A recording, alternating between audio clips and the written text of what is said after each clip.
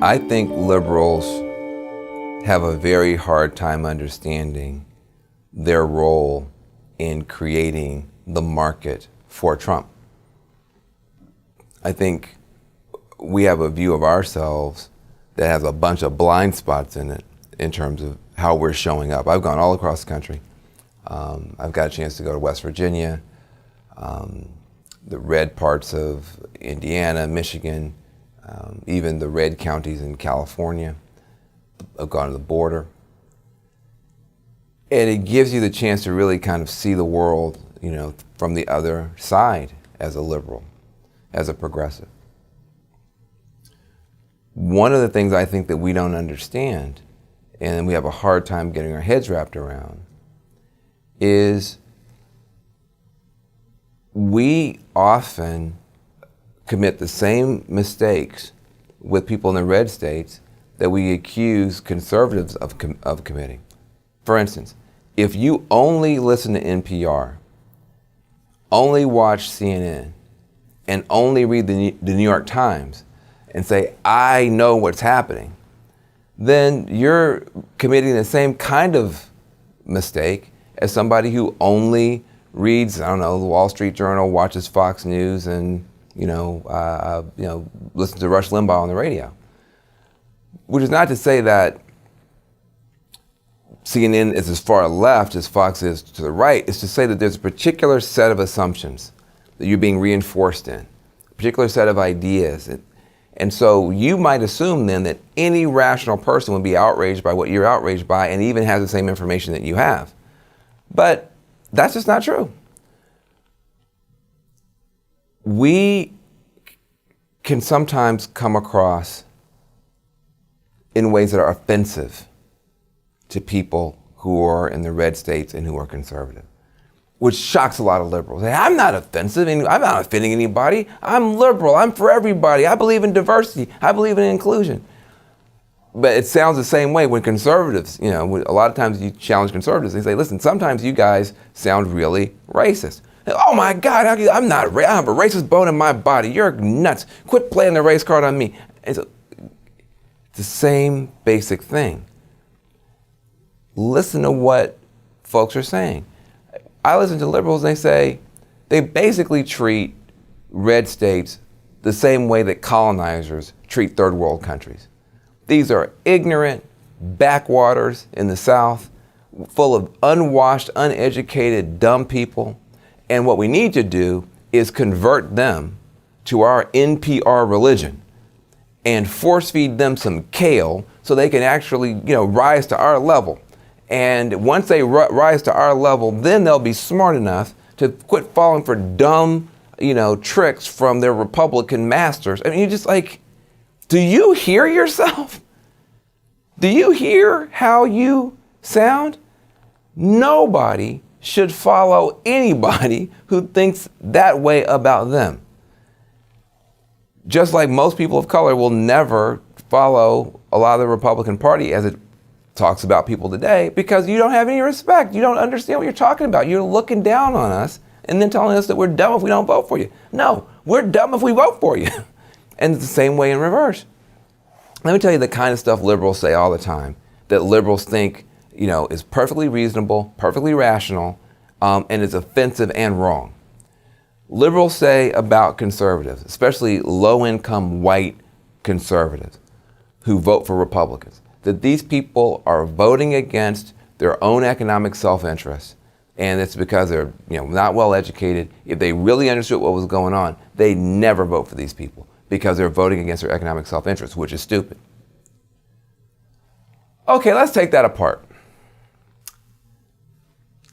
Do you know the white people who consistently vote against their own economic self-interest? I'll tell you who. Rich white liberals who vote for tax increases to pay for programs their kids will never use. They're voting against their economic self-interest. We don't think that makes them ignorant, stupid, dupes. We think that makes them awesome. That's the best thing about rich white liberals, is that they put their values over their money. Their values are more important than their money. They don't just care about money, they care about their values. Interesting. Huh. So if you put your values over your money, you are a noble person. You're not an idiot. You're a noble person. Well, that low-income white guy who's been voting for Republicans the whole time will tell you, well, guess what? I'm putting my values over the money. And I'm telling you, I don't want America's government to go and rob some rich family and take their money and bring it over to my house and try to bribe me. See, I don't want America's government to rob a rich family and use the money to try to bribe me to be dependent on them or anybody else. I don't want America's government to take that money and undermine my parenting choices. If my kids are so stupid, they drop out of school, get on drugs, and have a bunch of babies, I don't want the government to bail them out. Let them learn a tough lesson, that that's a dumb way to live your life. I'm putting my values of independence, see, and common sense over whatever money the government might be able to give me. Even if it hurts me economically, my values are more important. Now listen, I would disagree with that guy. Is that a great strategy for building a middle class? I disagree. But I wouldn't say the guy's stupid. I can disagree without disrespecting. See, we don't have to agree. In fact, the whole point of democracy is you get to disagree. Dictatorship, you can't disagree. Democracy, you get to disagree. That's called freedom. We like that. That's good. But you don't have to disrespect, and you shouldn't disregard. And these are the kinds of mistakes that liberals make every day. And you see them on TV, you hear them on the radio, you see them. And if you are that red state voter, the one thing you know is these people hold me in contempt.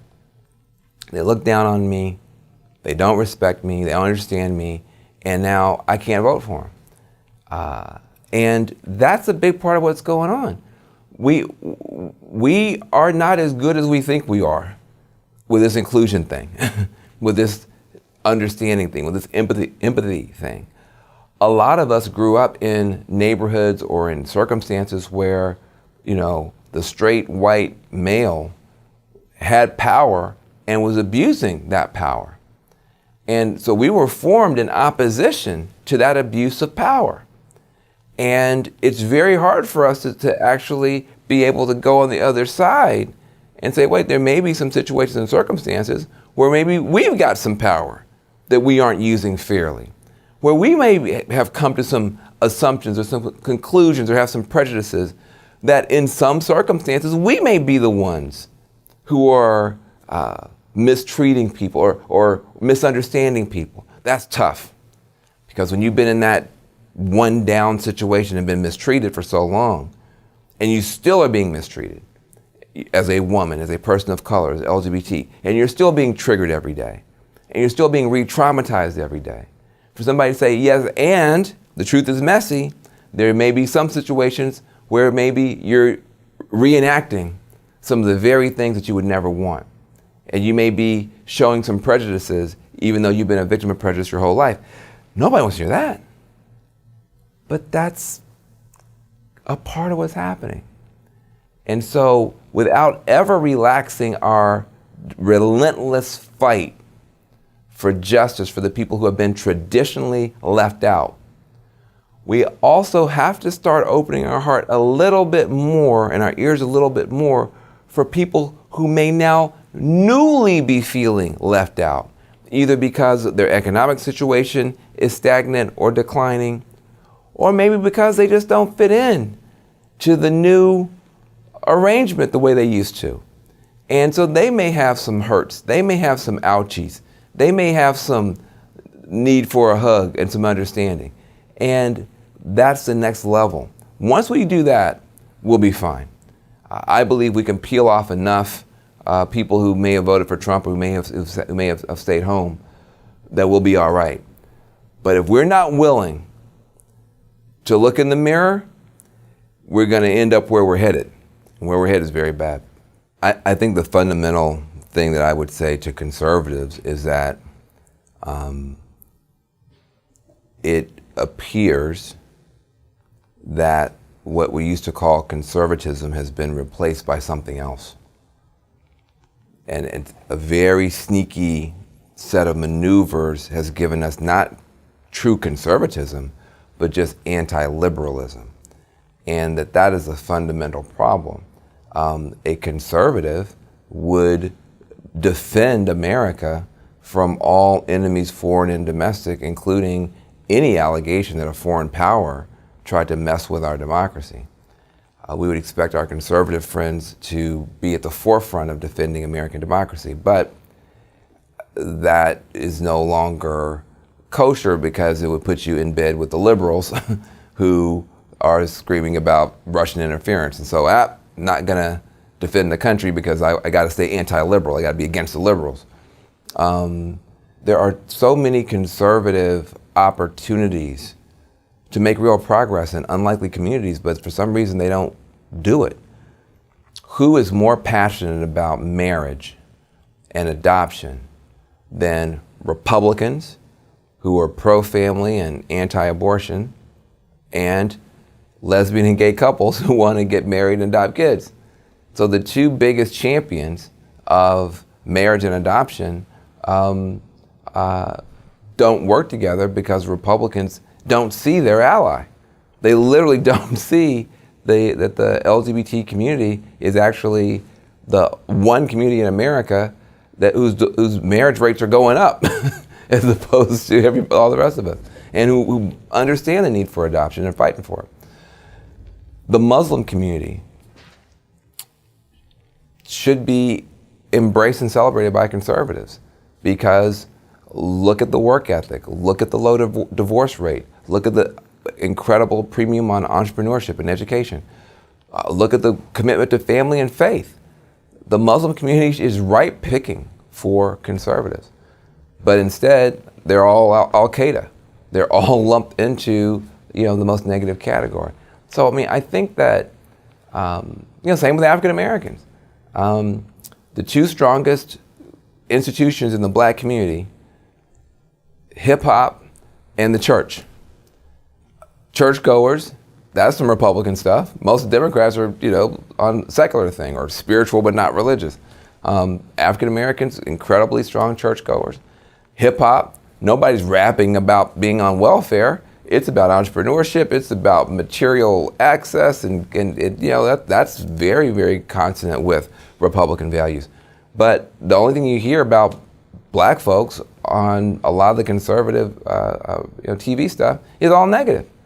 There's no celebration of our religiosity, our entrepreneurial drive. It's just all, look at these lazy criminals. Well, when you don't find a way to connect with African Americans, Muslims, LGBT stuff, on stuff you actually agree on, that's when people start asking tough questions about what is this conservatism. It seems to be marbled with a lot of stuff that has nothing to do with conservative ideas. Some anxieties, some maybe bigotries, some antagonisms, maybe some white solidarity identity politics or white grievance politics. Something else is in the batter than just conservative ideas, because conservative ideas could play very well across the demographic spectrum. And so I don't want Republicans to stop being Republicans. I think I've never seen a bird fly with only a left wing or only a right wing. A bird needs two wings to fly. So you need conservatives, you need liberals, but we need better conservatives. We need conservatives who really are willing to put the country first, who not only just say, well, I'm not prejudiced, I would never, well, if you don't just say it, then show it, do it. You're concerned about what's going on in Chicago, and you want to say, oh, look at those black people killing each other. No, those are Americans dying in Chicago. The police are killing black people. No, police are killing unarmed Americans. American police are killing unarmed Americans. Show up. Go to the funerals. Talk to the grandmas. Show how your conservative ideas can help. Jack Kemp did that. I haven't seen a Jack Kemp Republican since he died. So you asked the question, what would I say to conservatives? I would say, stay conservative. I'm going to stay liberal. We can constructively disagree and make the country better. I'm going to try to make the Democrats better, but you've got to try to make Republicans better. It's not that you're conservative. It's that you've curdled into something that's more anti-liberal than actually for ideals and ideas that could appeal to everybody and bring the country together. Get back to that and we'll be better off.